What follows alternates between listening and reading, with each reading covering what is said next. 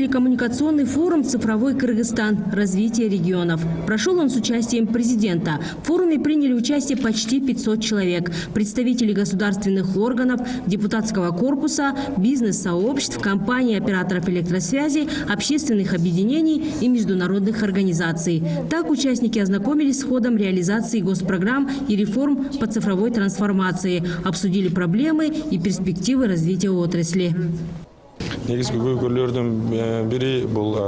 Основные проблемы – это обучение специалистов, повышение знаний и квалификации государственных служащих, а также повышение знаний населения в целом. Согласно указа президента, при Академии правления создан Центр обучения по развитию цифровых технологий. До конца этого года мы намерены обучить 3800 сотрудников. Помимо этого, в вузах будут организованы обучающие программы. Что даст проект цифровизации и насколько от реализации проекта облегчится жизнь кыргызстанцев, еще раз рассказал глава государства. Это не только переход от бумажной волокиты к электронной системе, но и избавление от ненужных очередей, экономия времени. Пока же, отметил президент, цифровые инструменты используются не в полную меру. Предоставление услуг и документооборот осуществляется в основном в бумажном виде.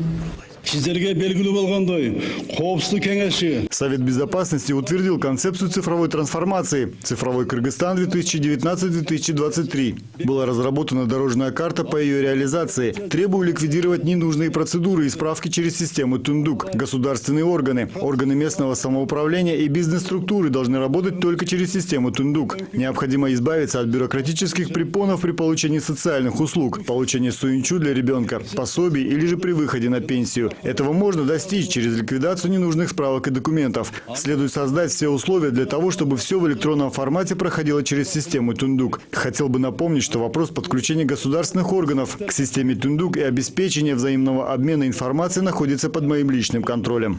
Поэтому необходимо завершить процесс перевода в электронный формат 189 госуслуг и полноценного внедрения единого интернет-портала. Несмотря на то, что эта работа была начата еще в 2016 году, она до сих пор не завершена. Мы ждем конкретных продвижений.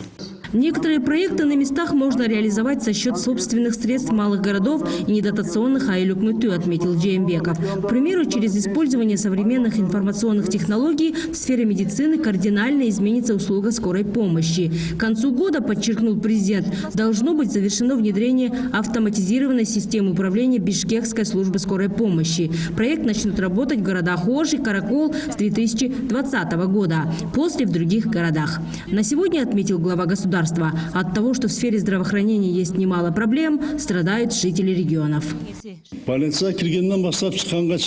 Начиная с момента посещения и до конца лечения, в медицинских учреждениях, особенно в больницах, играет главную роль человеческий фактор. Акимы, мэры и главы отдельных округов. Вы даже не можете решить проблему бесконечных очередей. Неужели так сложно ввести систему электронной очереди, так как недовольство государственной властью усиливается из-за таких очередей? Работу акимов, мэров и глав айлюк-мыту впредь будут также оценивать и потому, насколько они сумели внедрить эти услуги. Контроль будет вестись постоянно во время поездок по регионам. По итогам года этот вопрос также будет рассмотрен на Совете Безопасности, отметил Джеймбеков. Не без внимания остался вопрос задержания чиновников ГРС по скандальному тендеру. Паспорт тендеры Недавно только были задержаны ответственные сотрудники, связанные с тендером в сфере ГРС. Это вызвало резонанс в обществе. Я с большим уважением отношусь к мнению общественности.